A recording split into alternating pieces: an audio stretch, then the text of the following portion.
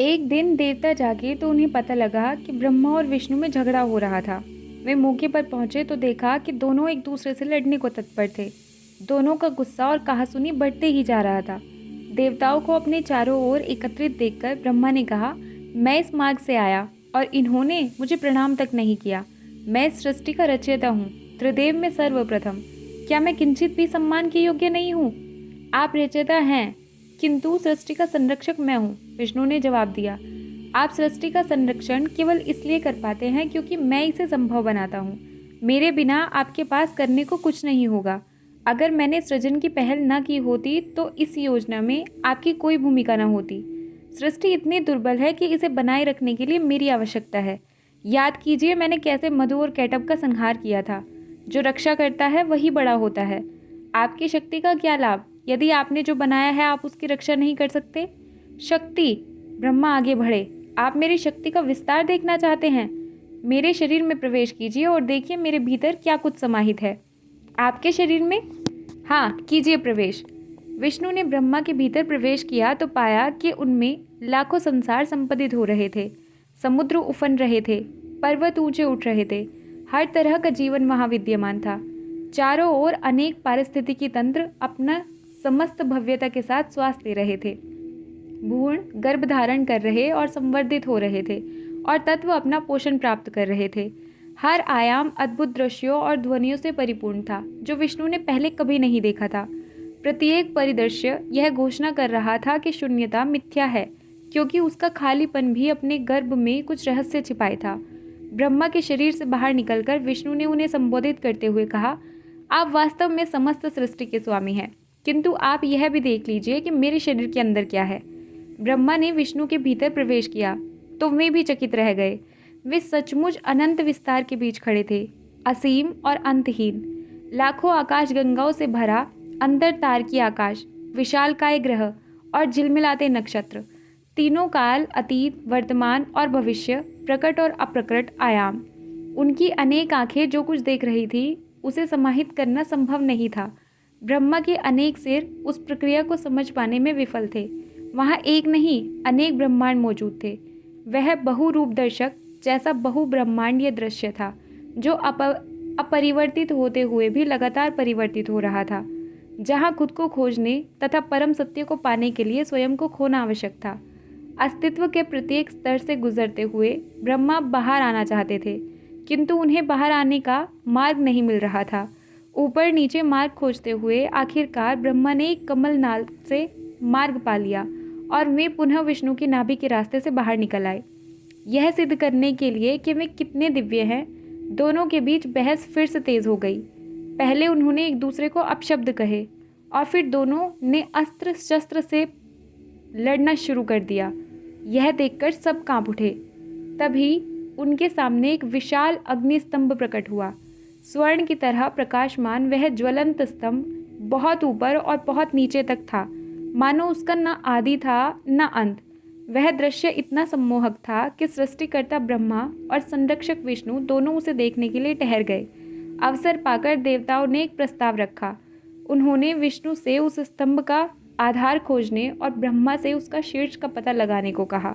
यह तय हुआ कि जो अपने कार्य को करने में पहले सफल होगा उसे श्रेष्ठ माना जाएगा। दोनों देवता भी सहमत हो गए। विष्णु ने स्वयं को सूकर में बदल लिया और पृथ्वी को खोदकर उसके भीतर उतरने लगे, जबकि ब्रह्मा ने हंस का रूप धारण कर लिया और ऊपर की दिशा में उड़ने लगे। दोनों खोजते रहे। उन्होंने बहुत खोजा, किंतु किसी को उस अग्नि स्तंभ का ऊपरी या निचला छोर नहीं मिला।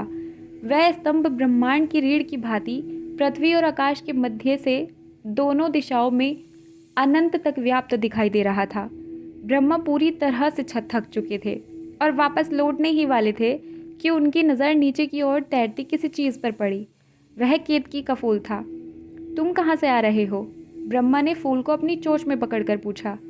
मैं इस स्तंभ के ऊपरी सिरे पर था, किंतु वहाँ से फिसल गया। ब्रह्मा केतकी का पूरा वाक्य समझ नहीं पाए। उन्हें केवल उसका अंश ही समझ में आया। इस स्तंभ का ऊपरी सिरा? वे शब्द ब्रह्मा के भीतर गूंजने लगे। ब्रह्मा के हाथ में अब फूल नहीं अपितु विजय की कुंजी थी। वह ऐसा प्रमाण था जिसे संभवतः कोई अस्वीकार नहीं कर सकता था। विष्णु को पराजित करने की इच्छा के वशीभूत ब्रह्मा ने एक अकल्पनीय काम कर डाला। उन्होंने केतकी के फूल से सबके सामने झूठी गवाही देने को कहा कि वे स्तंभ के शीर्ष पर पहुंच गए थे और उन्होंने वहां से फूल को उठाया था। आप चाहते हैं कि मैं झूठ बोलूं? मैंने तुम्हें बनाया है। ब्रह्मा ने तर्क दिया, मैं केवल तुमसे वह उपकार लौटाने को कह रहा हूँ, किंतु झूठ? यदि तुमने ऐसा कर दिया तो मैं अपनी श्रेष्ठता सिद्ध कर पाऊंगा। केतकी का फूल झूठ बोलने के लिए तैयार हो गया। वापस लौटते हुए उन्होंने विष्णु को भी आते देखा। विष्णु का मुंह लटका हुआ था। उन्होंने मान लिया था कि वे स्तंभ का आधार पता लगाने में विफल हो रहे थे। वह तब ब्रह्मा मुस्कुराए। उन्होंने अपने चारों मुखों से वर्णन करना शुरू कर दिया, कैसे वे स्तंभ के शीर्ष तक पहुंच गए और वहां चोंच मारकर कैसे वे विजय के प्रमाण के साथ लौटे थे। फिर ब्रह्मा ने केतकी का फूल दिखाया, जिसने ब्रह्मा की झूठी कहानी का शब्दंश समर्थन कर दिया। ब्रह्मदेव वास्तव में सबसे महान है, केतकी ने पुष्टि की। विष्णु ने पराजय स्वीकार कर ली। उन्होंने अपने हाथ जोड़े ही थे कि तभी अग्नि स्तंभ चटक गया। वह मध्य से टूट रहा था और भीतर से ओम की ध्वनि गूंज रही थी। आग की लपटों की लालिमा गहरी होती गई। उस ज्वलंत धुंध के बीच शिव खड़े थे, क्रुद्ध शिव। उन्होंने ब्रह्मा की ओर संकेत करते हुए गरज कर कहा, झूठ। सब चकित रह गए। शिव ने क्रुद्ध स्वर में कहा, आप कहते हैं कि आपको इस स्तंभ का शीर्ष मिल गया, इस सदाशिव का शीर्ष, इस अनंत पर शिव का शीर्ष। क्या आपको पता है आप क्या खोजने की कोशिश कर रहे थे? शिवलिंग, ज्योतिर्लिंग। ब्रह्मा का रंग पीला पड़ गया। ज्योतिर्लिंग चिरस्थायी है। यह अथाह है, उस परब्रह्म की तरह जिसका यह प्रतीक है। यह हर तरह की कामुक धारणा से परे है।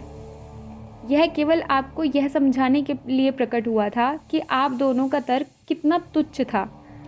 यह आपको याद दिलाना चाहता था कि परब्रह्म से बढ़कर कुछ नहीं है और हम सब लौकिक सिद्धांत के समान घटक है। श्री हरि ने अपनी असफलता को स्वीकार कर लिया, किंतु ब्रह्मदेव, आपको हारने का इतना डर था कि आपने हमें धोखा देने का प्रयास किया।